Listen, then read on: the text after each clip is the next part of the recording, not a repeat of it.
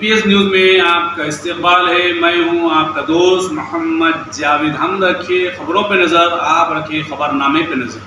Meeting was held today at the Sharad Pawar ji's residence and attended by 12 member parties.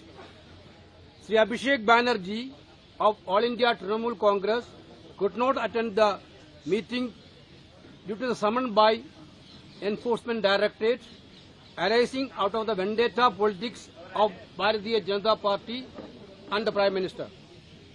The Coordination Committee decided to start the process for determining the seat sharing. It was decided that the member parties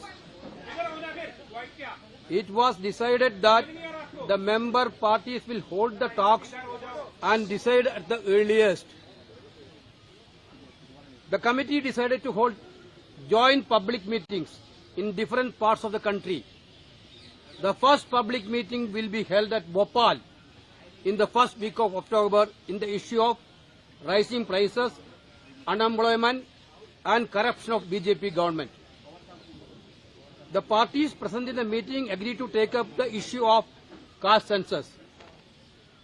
The Coordination Committee authorized the subgroup of media to decide upon the names of the anchors on whose shows none of the India parties will send their representatives.